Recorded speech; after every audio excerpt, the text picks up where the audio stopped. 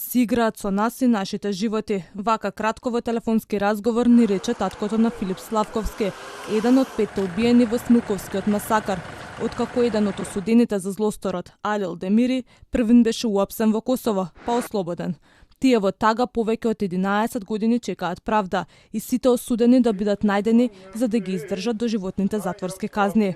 Демири, иако беше објавено дека вчера е приведен, сега е веќе на слобода, потврди за Телма неговиот адвокат Бесник Бериша, кој објави фотографија со осудениот на доживотен затвор за Смилковци. Убеден е дека Демири нема да биде екстрадиран во Македонија и дека полицијата лажала за апсењето на неговиот клиент. There was no action of the police to find him.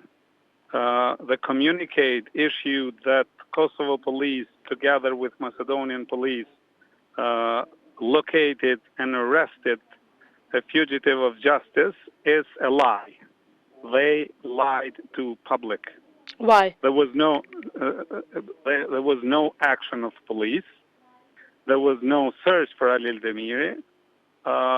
He was in the traffic, coming back home while police making regular checks, and he happened to be in one of the vehicles that police stopped for regular check, and he voluntarily told them, with his initiative, told them that he's Alil Demiri, one of the persons that was requested by the Macedonian authorities at that time, and he showed papers that he is released and he's a free citizen.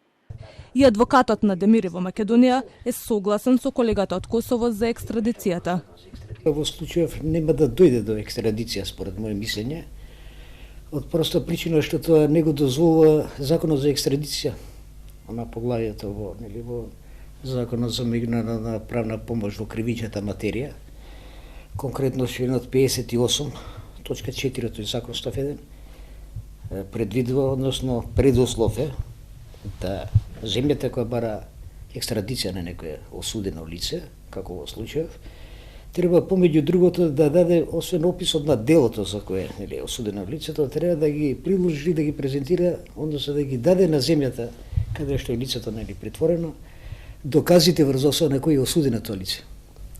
Во случајов не само што нема докази, туку и оној круцијален доказ кој беше во овој предмет познат како Мостро, тоа е загрозениот сведок Е1, дори сосема беше отргнат како доказ. Предходно правда извести дека се уште е важечко барањето за екстрадиција од 2018, но се чека известување од косовските власти за апсењето на Демири. Инаку вчера македонското МВР во соопштение тврдеше дека Демири е уапсен во соработка со колегите од Косово врз основа на меѓународна потерница. Смилковскиот масакар се случи на 12 април 2012. Беа убиени Филип Славковски, Александар Накевски, Цветанчо Ацковски и Кире Трпковски, кои беа на возраст меѓу 18 и 21 година, и 45 годишниот Борче Стевковски. Имаше два судски процеси. Демири и Африм Исмиловик и двата бегалци на Косово се осудени на двете судења на доживотен затвор. Иако на Косово веќе беа апсени и затворени, нивната екстрадиција беше одбиена во Приштина. Неговите адвокати тврдат дека станува збор за политички монтиран процес, но случајот Монструм веќе еднаш беше укинат од тие причини. На второто судење СЈО го застапуваше обвинението и истите обвинети повторно беа судени. Судот пресуди дека обвинетите се виновни за дело тероризам. Избеганите Алил Демири и Африм Исмиловик се осудени како директни извршители на убиството.